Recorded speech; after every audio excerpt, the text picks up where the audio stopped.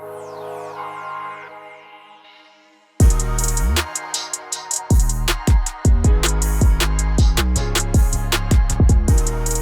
Jordan. What's up, Michael? I'm about to make a bold claim. Damn, you're starting this podcast off strong. Let's hear it. Summer, as far as seasons go, summer is grossly overrated. Can't wait to hear this one. We've been conditioned since our youth to overrate summer because there's no school. So school, even if you like school, like compared to summer, school sucks. May, June roll around, you're very excited. It's summer. There's warm weather. There's fun things to do. You can go to the pool. You can play outside. It depends on the climate, etc. But generally speaking, we love summer, especially as kids, because we're not in school. Mm-hmm. As adults, and summer might still be the best season, but it's definitely overrated. Here we are, we're recording this podcast on August 31st. Tomorrow's September 1st, and I am very excited for fall. What are you excited about? Well, football, for one. Okay. I think fall weather is superior to summer weather. There is more routine in the fall. I think I can, for me personally, but I think I can say generally speaking, especially for people with school-age children, there's more routine in the fall, which leads to a better life. Like, unless your summer obligations are really, really fun, for a lot of people, depending on your age, it's, you know, the umpteenth wedding, or like seeing this family, like traveling here, doing this. Like, summer has a lot of obligations relative to fall, and a lot more chaos. And I think the number of days where you're really utilizing the really nice weather, which might mean being out on a lake, which might mean, you know, you have 76 and sunny with low humidity, and you're golfing or you're playing at the park, you're doing something outside. If it's 95 and high humidity, that's not a great day. I'd take most fall days over that day. I just think that somehow at the age of 36, I'm coming to the realization that my whole life I've been brainwashed into thinking that summer is drastically better than all other seasons, when really I think it's not. It's overrated. It's an overrated season. So if you had to rate the seasons in order from best top season to worst season, where would each one go? I think I like them all equally. No, don't play that equality crap. There is no equality with seasons, no. Michael. No, that's not equality. I don't want to hear that. We don't play that game on this podcast. They're not equal. That word. All right, I'm going to give spring the worst, and this is for me personally, because over the last like 3 to 7 years, we essentially haven't had spring. Okay. Like, winter has dragged on too long, and then summer hits, whereas April, May used to be really nice in the Midwest and even out east, whereas now it's just kind of crappy longer and then hotter sooner, so you don't really get a spring. Even though spring's usually glorious because you're coming out of winter, and it's like a gradual, like, oh, there's a day that's in the 50s and it's sunny and you want to wear shorts, even though you normally wouldn't. The thing I like about winter is getting out of the cold. So I'm fortunate enough to get down to Florida or get somewhere a couple times during the winter. Thing I like about winter is not being in winter. So like, it gives you perspective because during winter you're able to get out of it. Mm-hmm. Okay. Mm-hmm. Okay. And then there's winter activities, right? Skiing, snowboarding, playing hockey outside, doing these things. Christmas, New Year's, like, all right. So if I had to rate them right now, I'm going fall 1, summer 2, winter 3, spring 4. But if we were to have a legitimate spring might take the 2 seat. Oh, wow. So it'd be fall, spring, summer, winter. Mm-hmm. Got it. Okay. Like those tweener spots would be 1 and 2. And then like the full blown hot versus cold would be 3 and 4. Yeah, that's right. Yeah. And it makes sense. Like, I like change. Yeah. How about you? I like How do that. you rate the seasons? You can't just copy me. We don't have copying on this podcast, Jordan. You gave me said I half like a second. that. You didn't even give me half a second. No, I said I like that. I like what you said. It doesn't mean that I am going to choose the exact same order or even the same reasons. All right, equity, Jordan. Your equity, Michael. Yeah, they're all equal over here. We all treat all the seasons the same. I don't see seasons. I see. All right. Syatt Fitness legitimately has an HR department. No one knows about this, but I do. That's not true. It's true. It's true. Who is it? Who runs the HR department? I'm not going to blow your spot up. I'm not going to say blow it up. Blow it up. I'm not going to. But I know there's HR meetings. Yeah. There's absolutely not. You're not a liar, Michael. You're not. But I can joke around sometimes. All right, rate the seasons.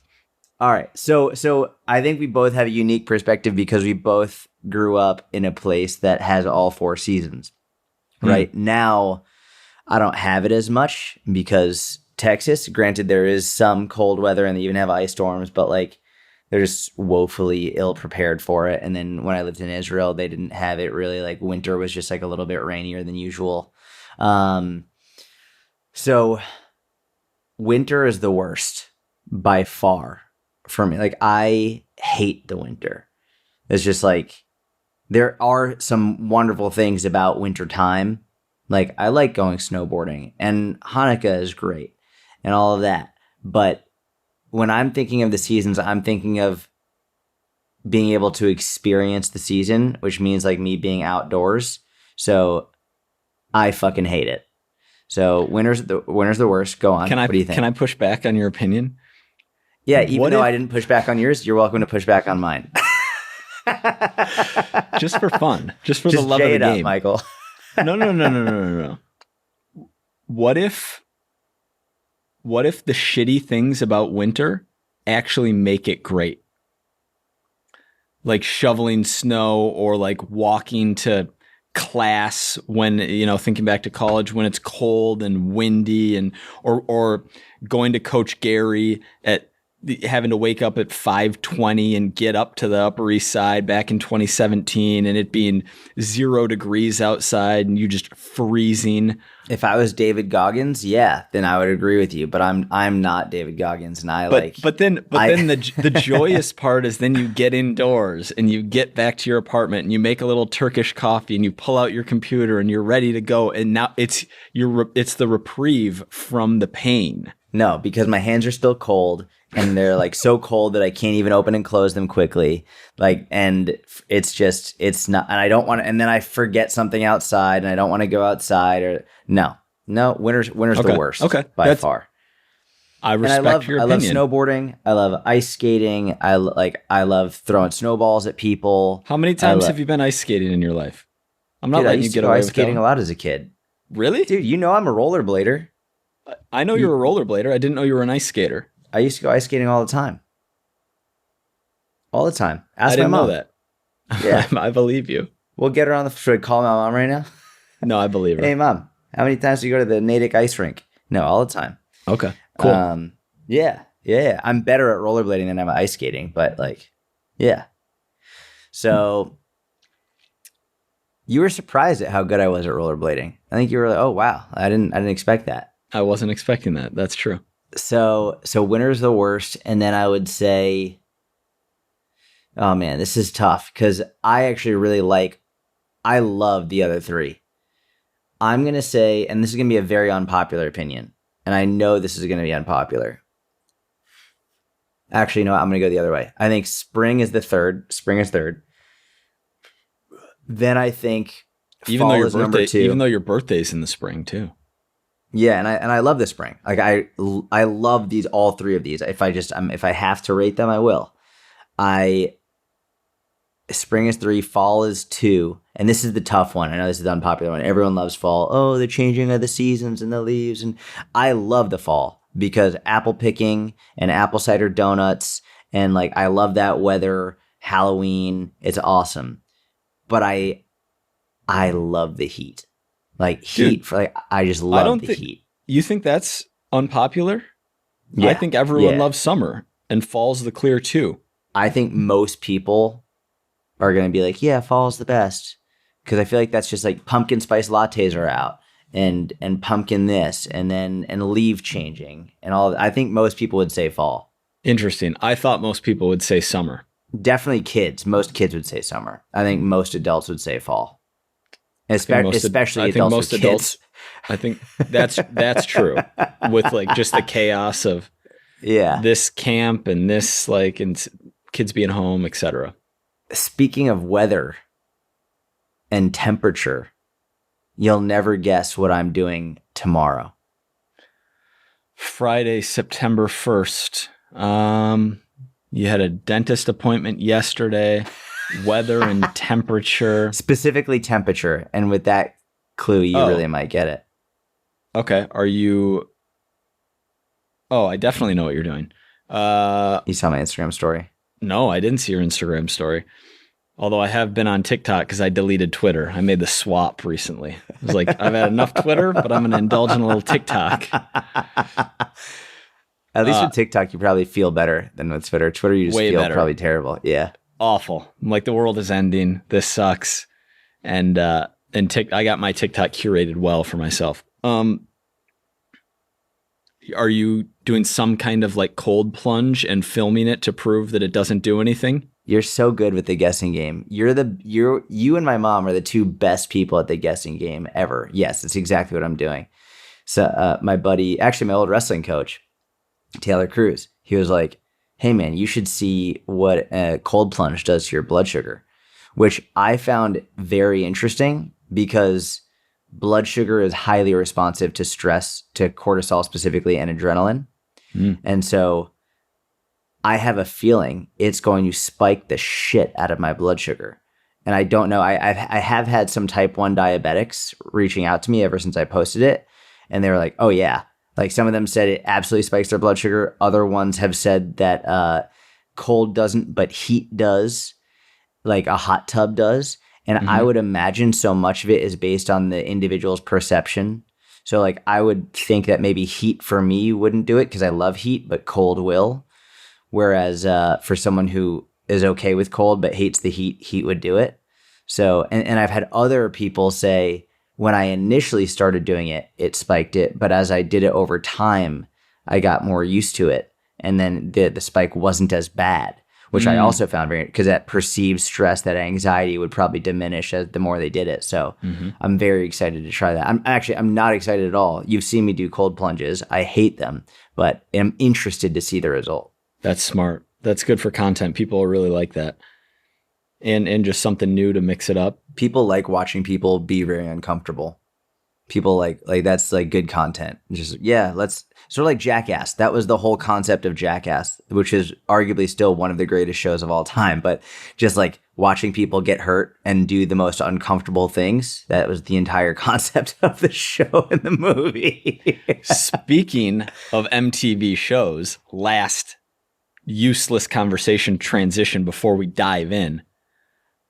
Dude, MTV's The Challenge may have been the greatest TV of all time. Was that the one Kenny was on? Was it Kenny Santucci on The Challenge? Yep. Yeah. Yes, he was. What a beast. What an absolute beast. I mean, there are so many, and basically all of the seasons are available if you have, I forget one of the subscriptions through Amazon Prime. So they get you on the 7-day free trial, and then you can watch this. And so we were watching one season, I don't know, from back Rivals 2 or whatever it was from like 2012. And then I realized like all 35 or all 38 seasons are actually available through that thing. So now instead of a 8 seasons, oh my God. It's been going forever. So many names from like back in the day, and just the concept of the show actually having the political alliance strategy side of it, the physical competition. So you can be dog shit at, alliances, but then you just win challenge after challenge, or you go down into the jungle or the gauntlet or whatever it is, and you just keep winning, and you can end up winning that way by sheer talent and hard work and effort. And then there's the like entertaining side, and they used to do this more. I'm realizing watching a more recent season, there's not as much of it.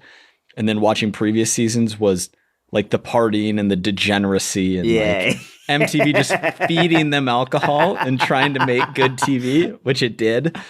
That's been a guilty pleasure as of late. Dude, that show is so good. That was The Real World and The Challenge were my favorite shows in like high school. They were so good. Yeah, and The Challenge, it was The Real World, except it added this new element of competition. Yeah, genius. Yeah.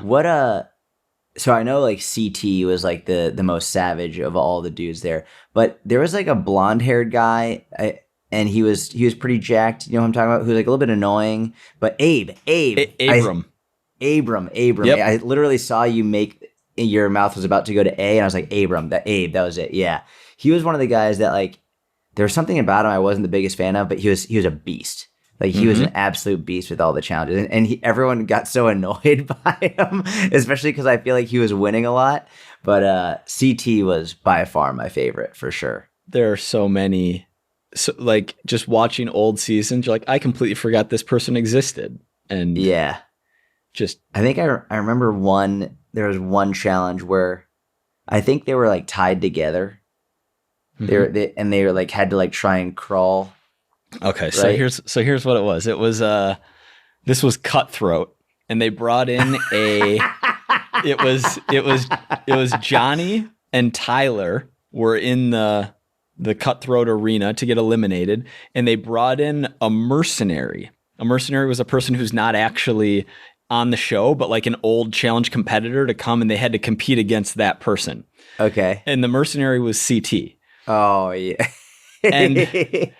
And so yes, they were sitting back to back. They were tied together, and there was a trash can, I don't know, 40 feet in front of one of them, and a trash can 40 feet in front of the other. And the goal was to drag the person towards the trash can and make them hit the trash can. And with Johnny attached to his back, CT just immediately like moves to his side, stands up, and starts taking these like monster Frankenstein strides towards his trash can, and Johnny's flailing, so they're back to back. CT's leaning forward, taking these big strides.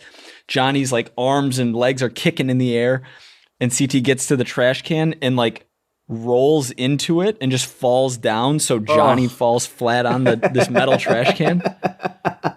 Iconic. Yeah, that's like I think like the greatest scene of all time for that show. Yeah, CT is just a freak. Yeah. Good talk. Good nostalgia. Highly nostalgic. Should we fire up a question? The crazy thing about that is Johnny's not a small dude. Like he's thick. Like he's strong too. So for CT to be able to do that is like it just even more wild.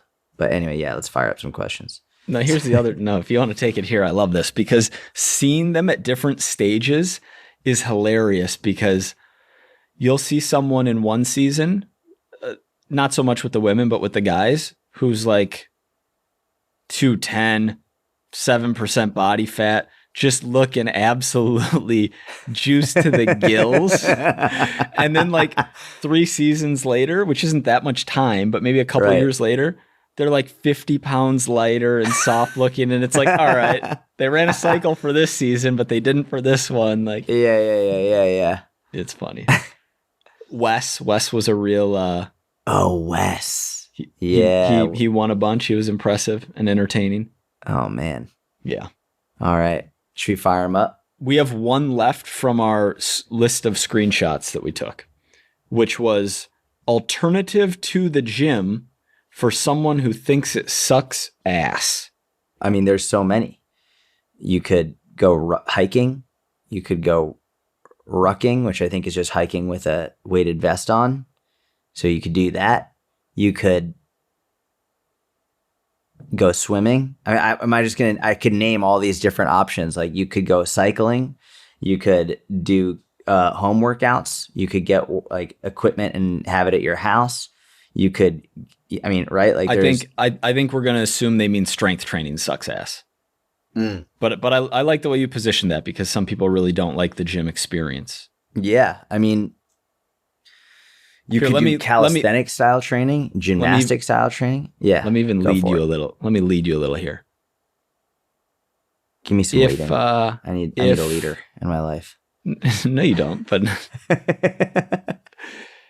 What if I was like, or someone close to you who had been consistently strength training for a long time, wanted to just be done with strength training forever? Is there anything that person could do to replicate the health and longevity benefits associated with even low dose strength training consistently into their 40s, 50s, 60s, 70s? Yeah. So the way you framed it makes it very different than like what I had in my mind, and specifically in regard to someone who's already done a fair amount of strength training in the past. So they've built up a fair amount of muscle, they've built up a fair amount of bone density, they have good technique. Like these are like someone who's strength trained for at least, I don't know, 3 to 5 years. They've already gotten pretty strong, and they're like, I'm tired with it and I don't want to do it anymore. I would give that person a very different recommendation probably than someone who just has never strength trained ever and is super weak and like just they need to do it, right? So for the person who's already done it for a while, I would say like you could literally do it 1 to 2 times a week for 20 to 30 minutes max, and you're fine. Like you could do you could do like 8 total sets over an entire week and you're good. Maybe even less, maybe even like 6 sets, depending on what you're doing. But 1 like set per body part? Yeah, if you really wanted to. But I mean, even like I'm thinking more from like deadlift, 1 to 2 sets, squats, 1 to 2 sets, chin-ups, couple sets, right? Like you don't need too much. And the point I'm trying to make is once you've already built up the muscle and the bone density and the strength, you don't need to keep chasing maximal strength forever, and you don't need to have a super rigorous routine. True. You could even structure it rather than on a 7-day week, you could cycle it on a 10-day week type thing, which is a lot of what more advanced lifters will do as they get stronger and stronger and stronger. And an intermediate lifter could do that for their lifestyle strength training routine. So once like every like 10 days, getting 2 training sessions in would be fantastic. For someone who's just like, oh, I went to the gym once and I tried strength training and I hated it, like you've just got to fucking figure out a way to strength train and sort of earn your right to do less, right? In the same, like do it for a few years. You could either, here's how I look at it. Doing it consistently for a few years, like between 2 to 4 times a week for 3 to 5 years, or doing it for the rest of your life with slightly less consistency. But I think if you really earn your right to reduce the amount that you're doing it, do it for 3 to 5 years, super consistently, 3 to 4 times a week. And then after that, you can take your foot off the gas a little bit and focus on something else that you enjoy more. But the main benefits that you're going to get from strength training, I think, are really going to come from the first few years of serious consistency. That's what's going to take you. You're going to get the most benefit in terms of muscle, bone density, and the overall health benefits.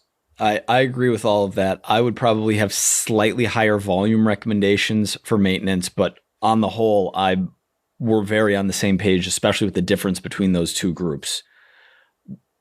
Either way, what I'm going to say to this person, or maybe I'm not going to say it to this person, but I'm going to say it to everyone here on this podcast, because it's more general and I feel like I can be more blunt, is like, I'm going to read it again. Alternative to the gym for someone who thinks it sucks ass.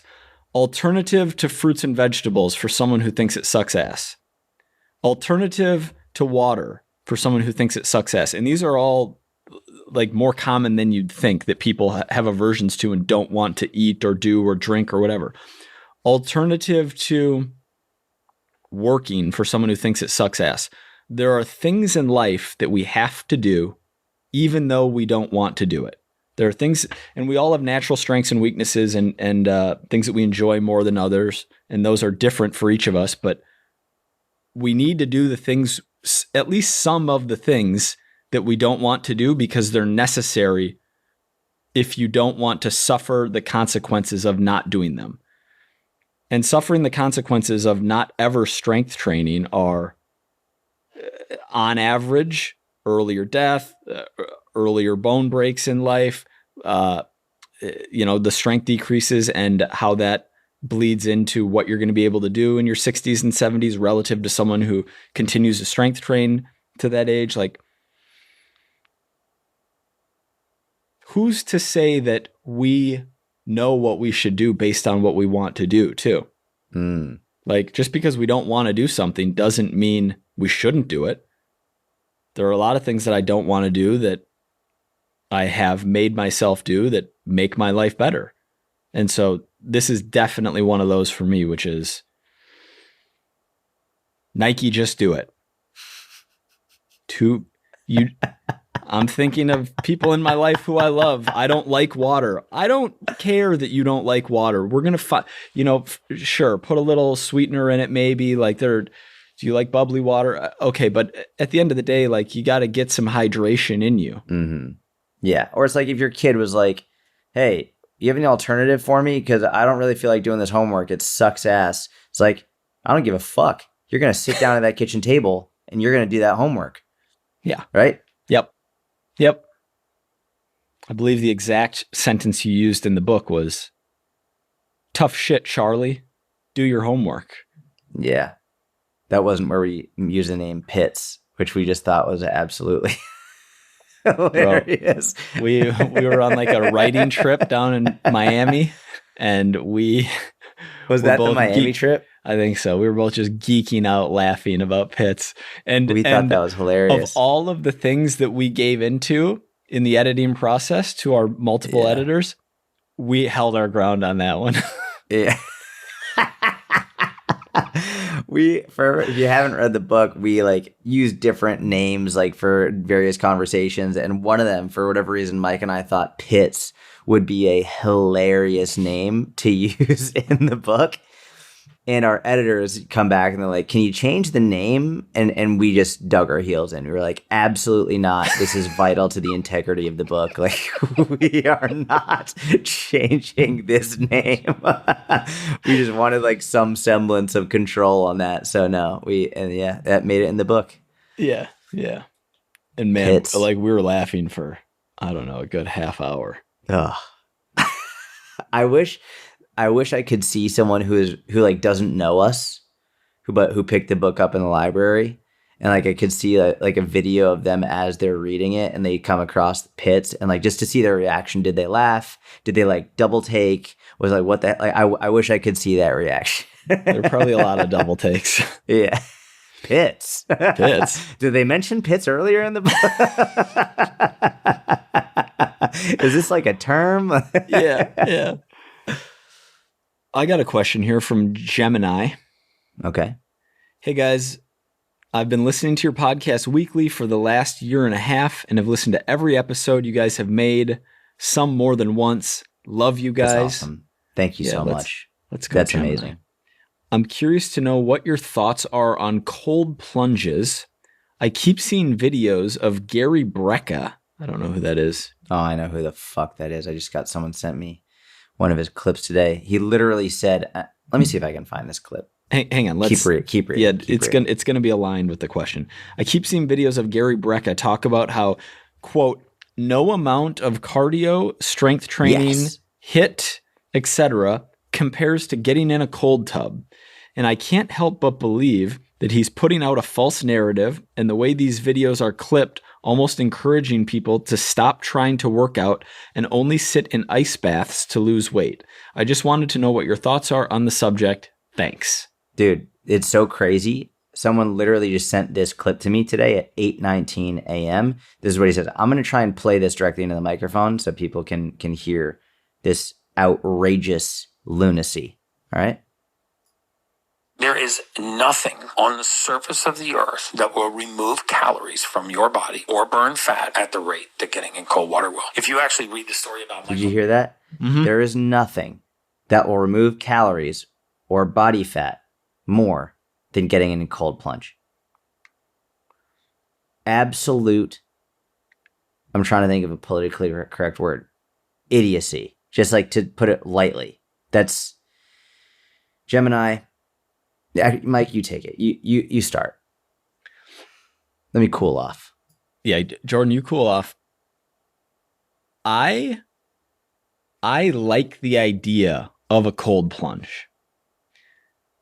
And I like the idea of a cold plunge because there is solid evidence around the increases in dopamine and norepinephrine during and for a sustained period post cold plunge.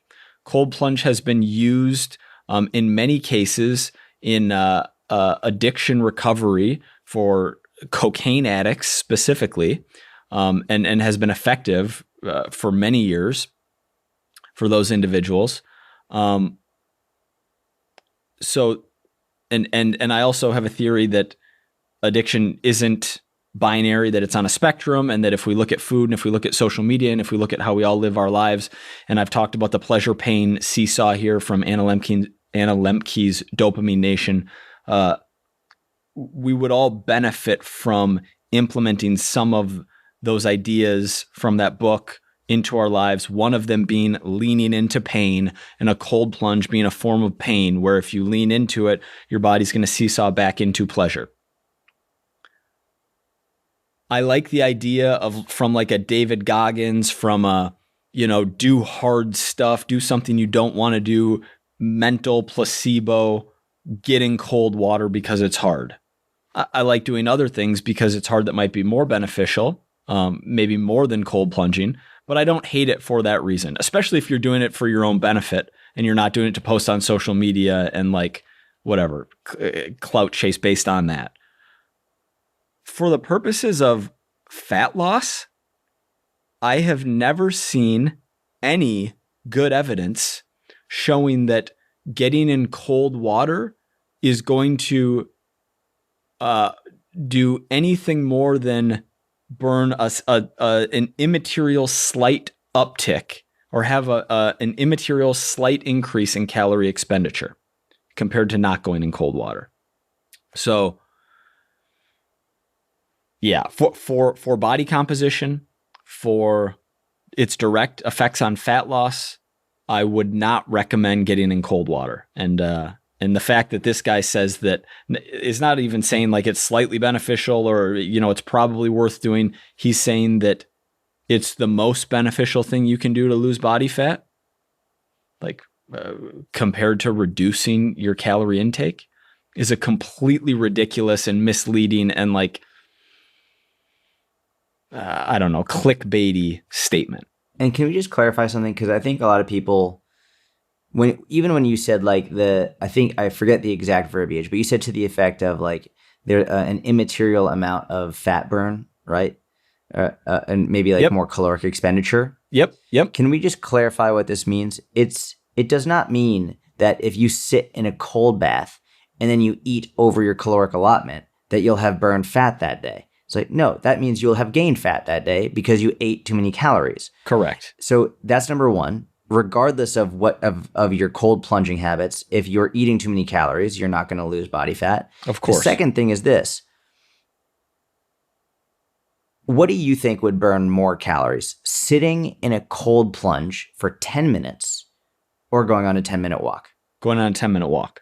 Period. Yeah. So like for this guy to say there is nothing that would remove calories, which is another way of saying like burn calories faster or better. It's like, well, that's wrong. The same amount of time that you spend in that fucking cold water, walking burns more calories.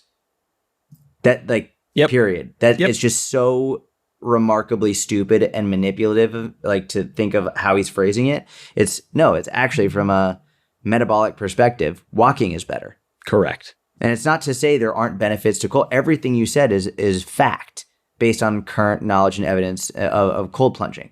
Everything you said is fact. This is the perfect example of how someone can take one single thing, like a very reductionist view of something, and extrapolate it and manipulate it to make it look more effective than it really is, and completely disregard other things that are simpler, relatively easy, more accessible, more comfortable, just for the sake of clickbaits and views. And listen, and I don't, let me Google this guy real quick. Gary Brecka is his name? Gary Brecka. What's funny is that clip you just played, I saw it last night on TikTok. So it's a good thing I'm back consuming on the TikTok. And in the rest of the clip, what he says, his evidence for why that's true, is an anecdotal N=1 uncontrolled story about Michael Phelps' Olympic training. And he was essentially saying that Phelps when he was in, I don't remember if it was Tokyo or he was in another country for the Olympics many years back. And the water in the pool where he was training for the Olympics was 4 degrees colder. And the rest of his training regimen was exactly the same, which doesn't seem right, but whatever. We'll pretend that's correct. He used literally the exact same training regimen. Okay. and that he had to increase his calories to 10,000 calories a day because of the cold water. But he also didn't state what his calories were previously. Like that was his evidence, at least in the clip that I saw. Yeah. So Gemini, I can't even formulate a proper sentence. No. So the moral of the story is, if your goal is to lose body fat, stopping your training regimen and your cardio regimen and your calorie deficit and you're prioritizing sleep and replacing it with more time in cold water is not a good idea and is not recommended by the hosts of the How to Become a Personal Trainer podcast. Nothing makes me want to retire from being a personal trainer more than talking about all of the different ways that people make it seem like fat loss, like how crazy it is, how complicated it is. Like, I am so tired of people coming up with new horseshit ways to try and confuse people around fat. Like, nothing is more annoying to me than having to continue talking about this. It's like, ugh. I'm gonna defend you a little. I don't even think that's true. I think you're partly blinded by being on day 24 of this cut. Mini cut. Yeah, that's true. And it's starting to hit you. And it's funny because we talked about the effects of trying to get too lean and stay too lean for too long in the last episode. Mm-hmm. And even today was kind of one of the first days of the cut where you've started to be like, my NEAT is down. My energy's pretty low. Yeah. Yep. So still feel that way. Still want to retire. No, it's not that. It's that I want to retire. You know what? I have a question that might be interesting. Okay. So in addition to the fact that I'm normally just not a great orator verbally. That's not true. That is like completely false. No, it's not. Relative to other skills, live on the fly podcast rather than being able to pre-plan, like it's my worst form of content creation, objectively speaking. I just don't like random podcasts. And so I used to do it 2015, 2016. I did a handful, but over the years, basically just had a canned response saying no. I'm curious because I'm curious to hear your... Wait, are you saying that your worst form of content creation is podcasting? 100%. Dude, I could not disagree. I'm not going to argue, but like I do disagree. But anyway, not our podcast, which is different because this is a conversation with a friend, but trying to like articulate intelligently. I just know myself and know it's my, like, relative to writing, relative to a YouTube video. You do have very good writing. Yeah. Okay. All right. Thanks, Jordan. One of the other things that historically pushed me away from podcasting or going on people's podcasts was this mindset of, okay, I don't really want to be doing this. I'm not that good at it, but like they're in the industry and they want me to come on and they've asked a few times. So I guess I'll like do them the solid of going on and giving them an hour of my time. And so I would go on and do the hour and it was fine. And then afterwards, not all the time, but many times, there was this bizarre expectation where I like email my list a link to the episode, where they made it used to be a graphic to post on my feed, like, hey, post this on your feed to promote the episode. Or now it's more like, here are these clips to post on your feed to promote the episode. And it made me so uncomfortable because I wasn't like it felt strange to me to just be like, no, right? To be direct about it. It also felt it left a bad taste in my mouth because the ask was like, I thought the ask was to go on the podcast, but then there's like this follow-up of like, I want you to promote my podcast for me. And it's like, that felt a little icky. And so what I would do in those situations was just ignore the email Like not be like, no, I'm not gonna post this. I wouldn't say anything. And maybe 1 out of 5, I'd post something on my story if I thought it was a really good episode. But part of me is like, I don't really want to push my audience this because I felt like I was shit on the episode anyway, not because of anything wrong with the host, and then a high percentage of the time within 6 months, that person would unfollow me on social media. And I'm like, okay, so this whole thing was you wanted promotion of your horseshit podcast. And so I'm curious to ask you what your take on, from going on a lot of podcasts, what your honest to the bones take of that post podcast process has been like for you over the years. It's the exact same thing. It's literally the exact same thing. I mean, I'll give you an example like of how much I hate that. So I had Max Tuning on my podcast a couple weeks ago, and I just published it the other day. And he said, "Hey, could you please let me know when you publish the podcast and send me the link so I can share it?" And all I did was, once I published it, is I texted him. I said, "Hey, man, I just want to let you know, I don't expect you to share it. It is published. If you want me to send you the link, let me know and I will." And that was I didn't send the link in the first. I just like, if you want me to, but I do want to let you know it's published. That was it. Because I get so many people who are like, hey, like do the exact same thing as you. Hey, please share this. Please share this. And I do the same thing. Like if it was a very good podcast and I really enjoyed the person who was on it and they clearly did their homework and it was then I'll absolutely share it. Otherwise, sometimes I won't share it because like they just did a really bad job. Sometimes I won't share it because I didn't like how I spoke. And other times I won't share it because I have done a lot of podcasts and I forget that like, and I just got a lot of emails or whatever it is, or because I have other content I want to emphasize that day as opposed to sharing their podcast. So their goal is to grow their podcast. That's their number one goal. That's why they're having us on, is because that's why people are like trying to get quote unquote big names on, because they want their podcast to grow. It's usually a selfish endeavor, which is not necessarily bad, but the reason they want you to share it is so that their podcast can grow. So really the only time I'll do it is if it was really, really good on everyone's part and I want to share it from that perspective. Well, and in that Max example, he asked you to send him the link. Exactly. Yeah. And even then I didn't send the link because I don't want him to feel like any sense of obligation. Yeah. And before we started recording the podcast, like the clip that we had before we started, I said, "Hey man, I just want to let you know I have no goal with this." Maybe it was actually while we were recording. I said, "I have no goal with this. I admire you and I just want to like learn from you."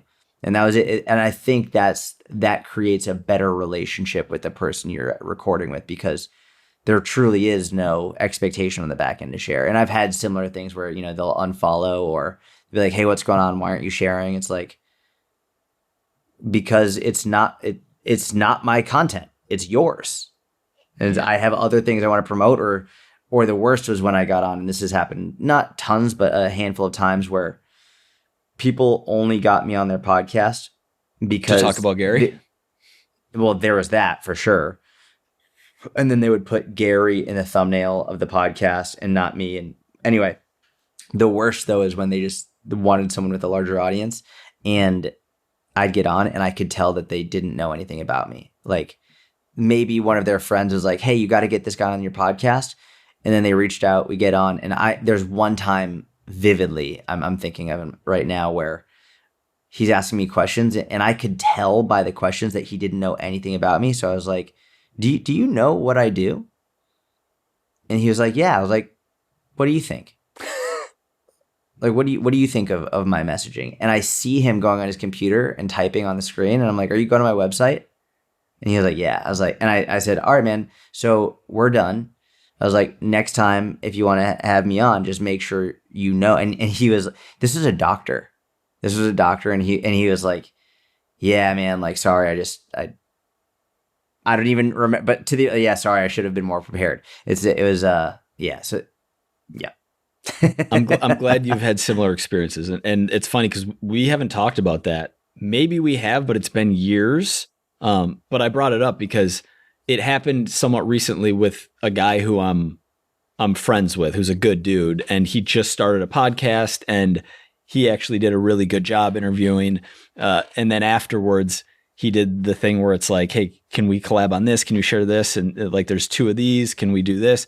and I, because I'm close with him, I just told it to him straight. I was like, look, man, here's my experience and the reason why one of the reasons I haven't done podcasts historically. And he was very apologetic and like, dude, I had no idea. I got this marketing guy helping me out with this. Like, I just started the pod and he said, you're supposed to like do this. I was like, bro, it's completely fine. But it was a situation where I had to be direct about why I wasn't going to be sharing it because we're close. And it reminded me, yeah. And it reminded me of these experiences I had with people who I didn't know at all, who like didn't really, just cool. Yeah. Let's wrap it. I got some good stuff for us to lead the next episode on. We're weekly, Tuesday morning uploads. Hope you have a wonderful. Oh, Jordan, tell them in 20 seconds or less what's going on with the mentorship and with pricing changes. 20 seconds or less. Here's what you need to know. The price in the mentorship is going up very soon. If you are an active member in the mentorship, then the price won't go up for you unless you decide to cancel. But if you're always an active member, then your price will never go up. So if you want to join now in order to save money and not have to pay a higher price, join right now. That's it. Boom. Link in the description. Have a great day. We'll see you next week. Goodbye.